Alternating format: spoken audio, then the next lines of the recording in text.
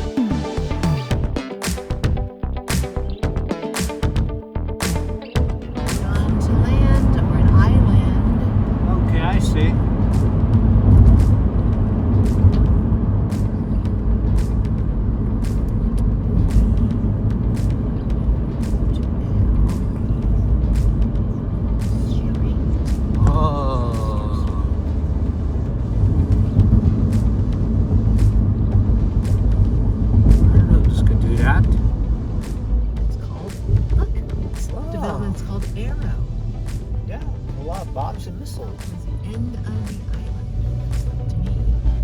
Yeah, or it should show up. I'm going to take the left at 250 feet. It should be on our left side. I think I see the ship with the Tomcat on it.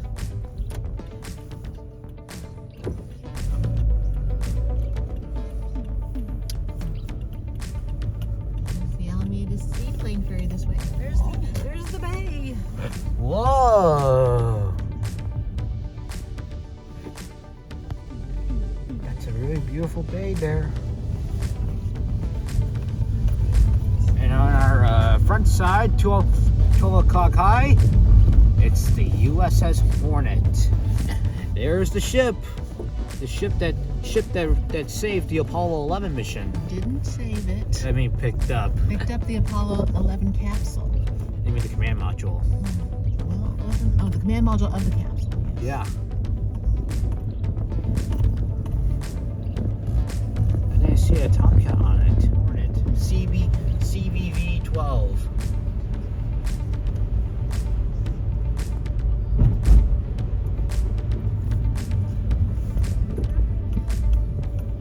It's a really huge ship.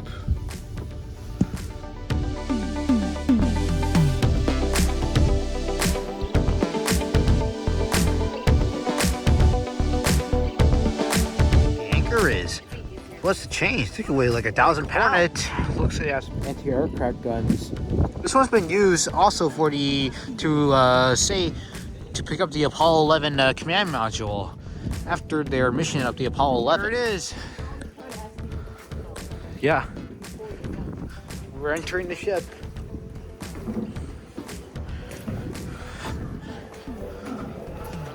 Whoa, the Hornet. Hey, this is a naval veteran. What's your name again? Alan Hirsch. Oh, Alan Hirsch. So Alan, what? How many years the ship was served in? This ship? Yeah. It was commissioned in 1944, served 44 and 45 in the war. And then it was recommissioned in 1952 for the Korean War, but never served in the Korean War. Oh. Okay, and then it was recommissioned in 1958 again for Vietnam, and it served all the way through 1970. Oh. After 1970, it was put up in Bremerton, Washington.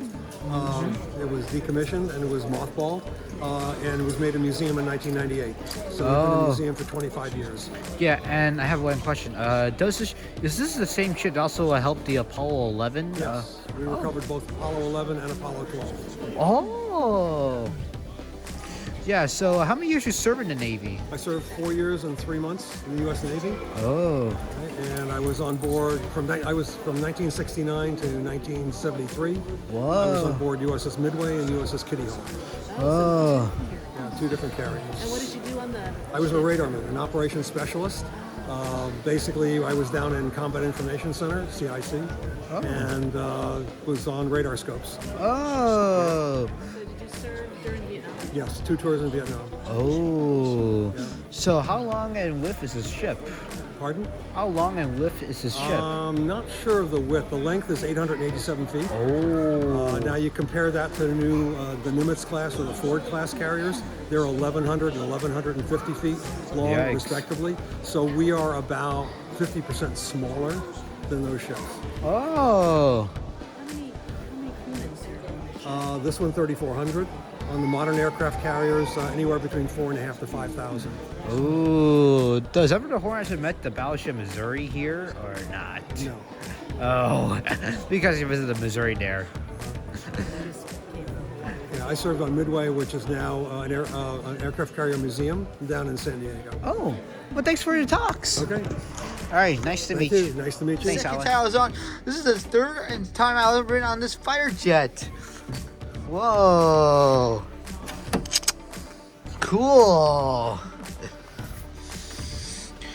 Hook up.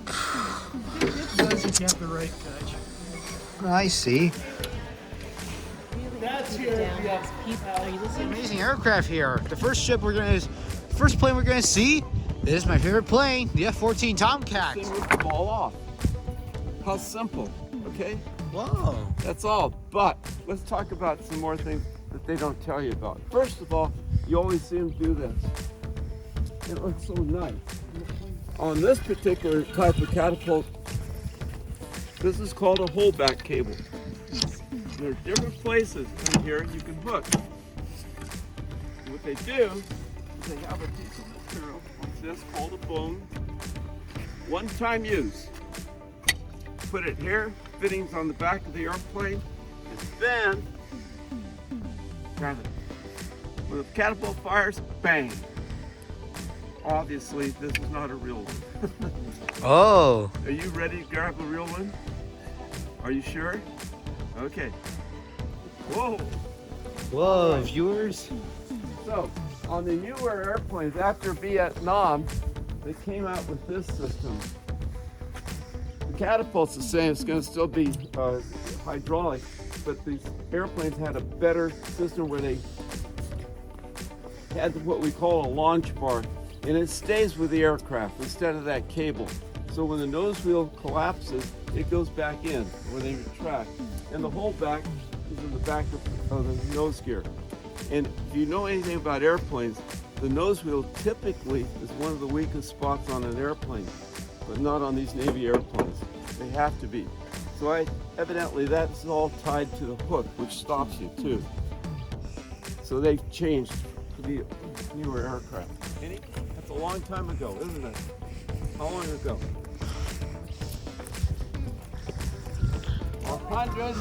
113 years ago. The very first landing of an airplane on a ship took place right there in San Francisco Bay. What? Very first one, yes. Obviously, we did not have a Navy then, so it was done with a civilian pilot. Yeah, Whoa. he did. It was a proof of concept. Most San Franciscans didn't know that. Those two men didn't know that till they got here. I had to tell them. Whoa, I didn't know the first landing of an aircraft on a ship is real is right here. 30 meters if you're on the metric system. So 45 feet over there is the right side of the hull. and 45 feet over here to the left side of the pole, or 15 meters. Either way. Follow me over here, please. That's an important point for the next harness. Okay, now come out over here and stand on this line with me, facing that way.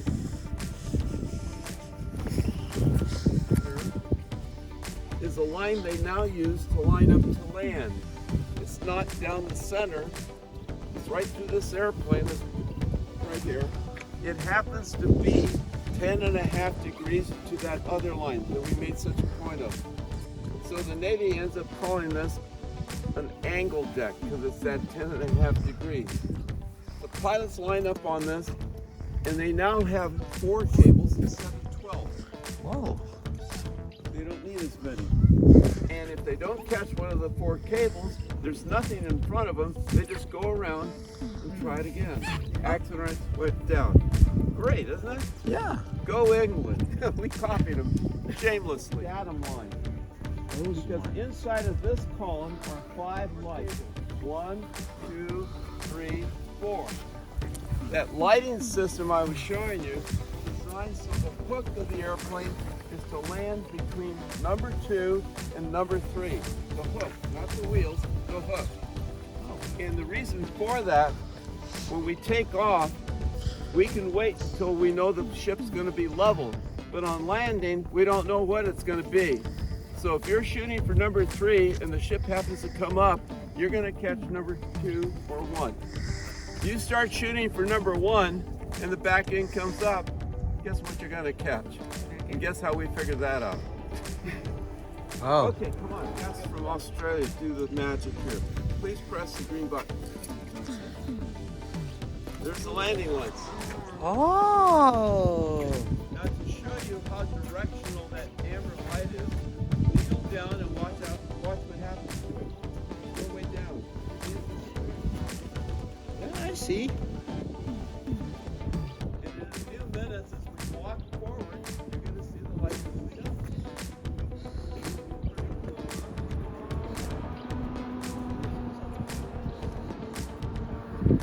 Hold the red button.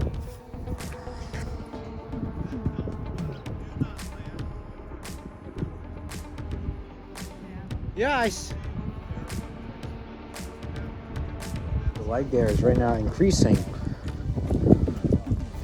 If we move a bit closer, it moves. It self-lubricates. Oh. Now, the cable itself, we only use it for 100 times, or traps we call it. And after that, we replace it. But we only replace the part that goes from one side of the flight deck to the other. 94 feet. Called the cross-deck pennant, or 30 meters.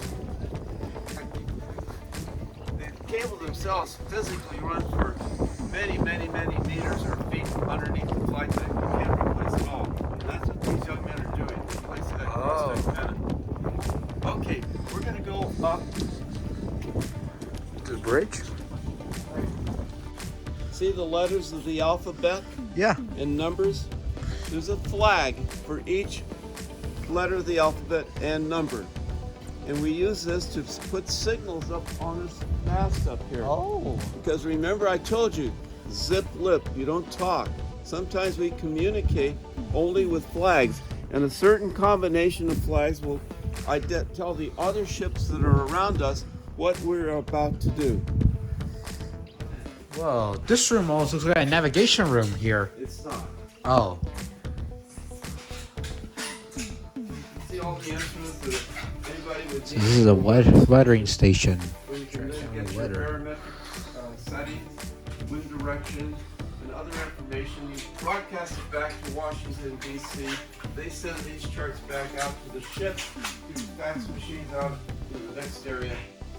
And also the men in this area brief the pilots before they go on a mission. Okay. Okay, does everybody know what an overcast is? Yeah. The weatherman talks about it, right? What's an undercast? It's like a weathering station. What's an undercast? It's the same layer of clouds, only you're above it. Oh. Under.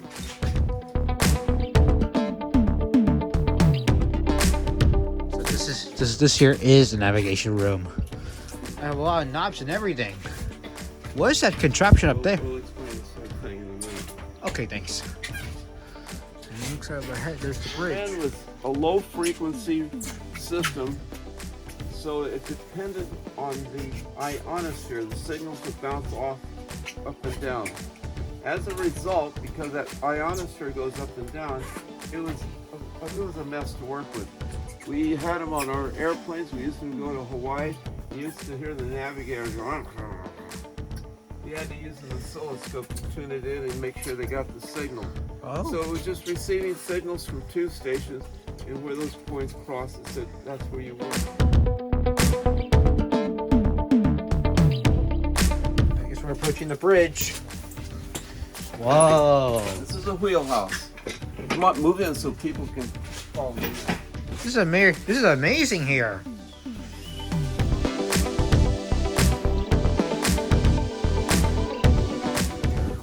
Please follow me. Please follow.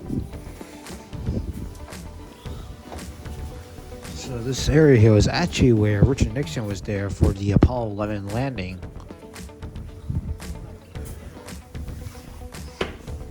This is a different place. I've never seen this. Oh, right.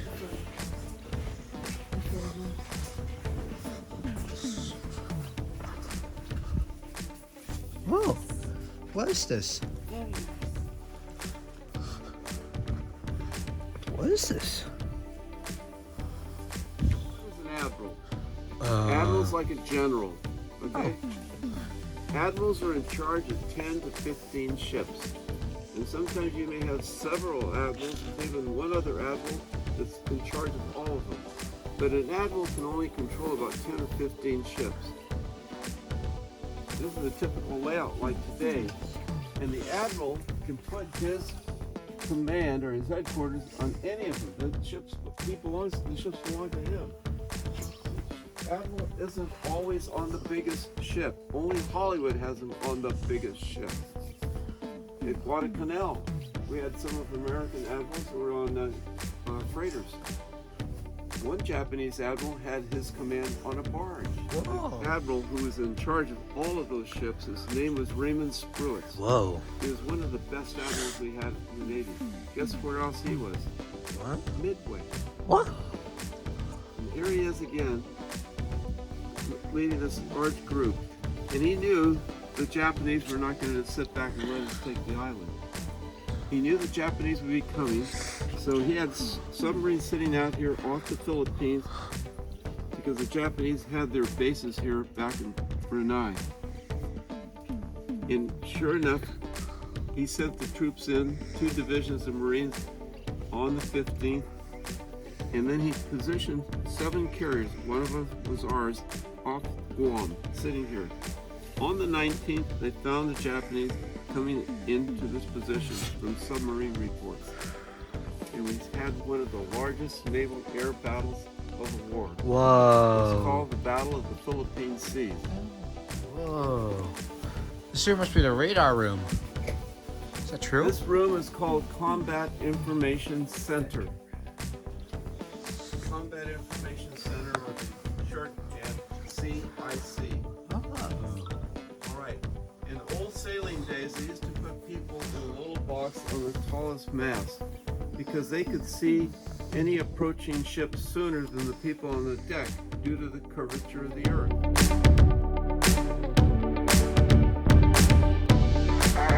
Reach the last course. Our position 1330, 16915. 11 Hornet, copy 1330, 1675. Any further data, over. That's their location of their radar of the Apollo 11 capsule, right? 11.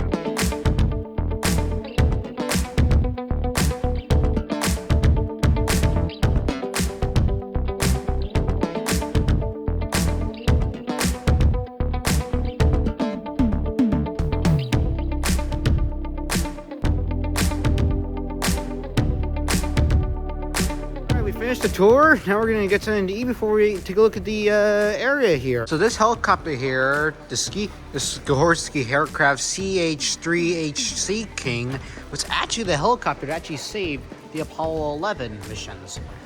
In fact, it's not actually Apollo 11.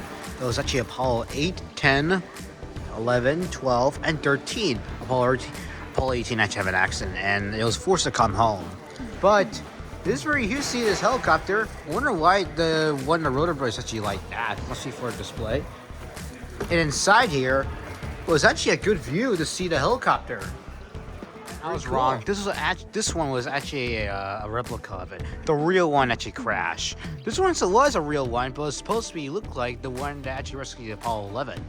The real one actually crashed somewhere in San Diego. What we're coming out right now is actually the quarantine zone. That's where this quarantine zone was actually where they conference, eat, and sleep inside here because the moons could be having some viruses and everything. These are the astronaut suits that actually wear for the Apollo 11 missions, and also one of these hazmat suits. Only be used if they're quarantine areas. This here is actually a replica of the command module. They're playing some type of sound. Looks very cool. And this here must be one of these Gemini capsules, dummy capsules used for the Gemini missions in preparation for the Apollo 11. Right. This video here shows the real recovery mission of the Apollo 11. As you see in here, this is actually the Apollo 11 area here. And look at that. Excuse me, sorry. It's the mighty Saturn V. This is actually a model of it. There are a few Saturn V's, but they're somehow somewhere in displays in the areas here. I actually like this model. It looks very good. This one here was actually what the lunar module was supposed to look like, but unfortunately it was changed to a better version. This here shows a lot of merchandise, including a doll of Aldrin. This one has most of the merchandise here showing everything. Very cool.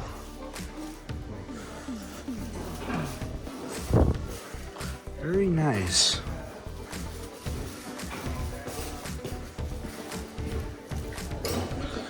So this here is actually the rescue missions if they're going to get Apollo. This here is a show of the inside model of the CM, or it means Command and Service Module. We're passing one of these twin rotor helicopters. Oh, the stairs go up just like that. All right, once help people move up. Visitors. Oh, pilots! Oh yeah, I forgot. Need help. They built the escalators for the pilots. Why do they have to do that? I don't know. I forgot. Because there's a kamikaze plane. Oh, kamikaze planes! I get it. 21 pilots at once. Whoa. Were waiting right here on the deck, on the flight deck. I see. So they decided to put them below.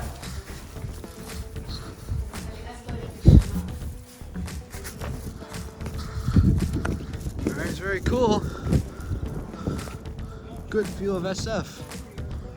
This plane up ahead you see here is one of my favorite aircraft, the F-14 Tomcat.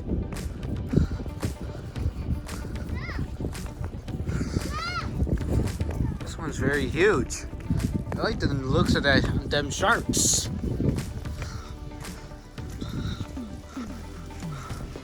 This one is very special for me because they have these foldable wings. I like the looks of that big baby for that.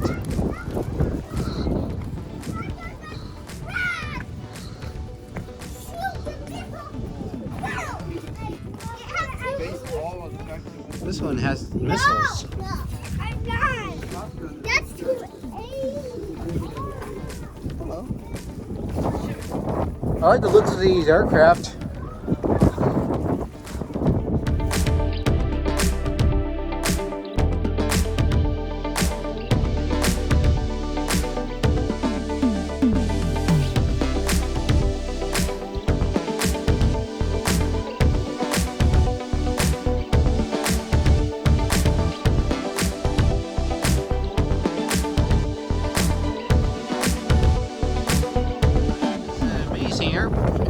got here.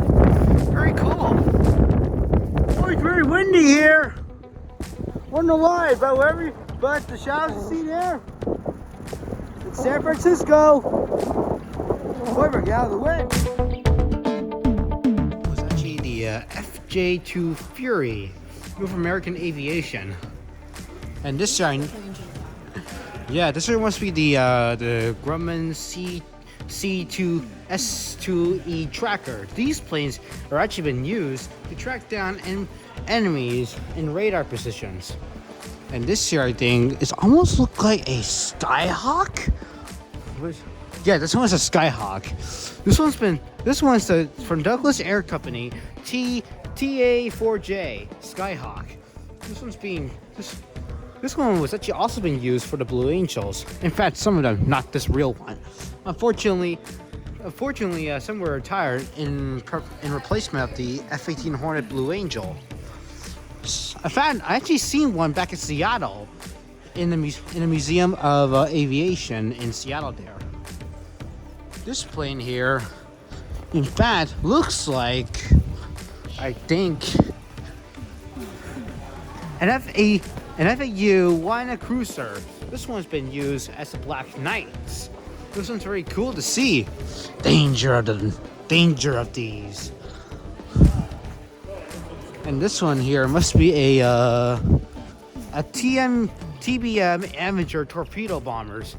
This one's been used for torpedo bombings during the Hornet.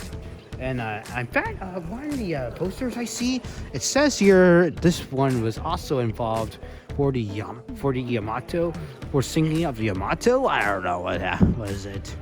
And this here I know is actually the FM2 Wildcat. This one is actually very cool. Wait, it's a replica. This must be a replica, or I don't know, for replacements. But this Wildcat was actually been used during World War II. Very cool. We already left the USS Hornet. Now we're on our way back home. And once we're back home, I'm gonna try out some of this freeze-dried ice cream sandwich.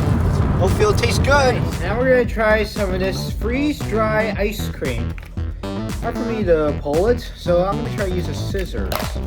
What does it look like? Alright, we get some paper towels. Let's see what we have here. Huh. Same way like an ice cream does, but this time as we open it, whoa! This ice cream is frozen solid. Looks like an original ice cream bar, but this one's really solid.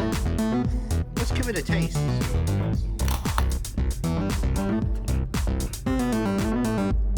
It tastes just like ice cream.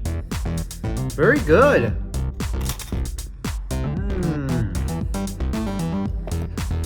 Why? Tastes very good. I give it a 10 out of 10. This is a very good ice cream. Yeah, why? Comparing to a original ice cream, those just melt. But this solid one tasted very good. Alright, that's the USS Hornet trip. Really the ice cream they actually got there. A big thanks to the US Hornet crew for letting me interview with one of their crew members. And also thanks for them to give me a tour. They're really nice people. Happy Veterans Day. So if you like it, please like and subscribe. Thanks for watching. I'll see you next time. Bye.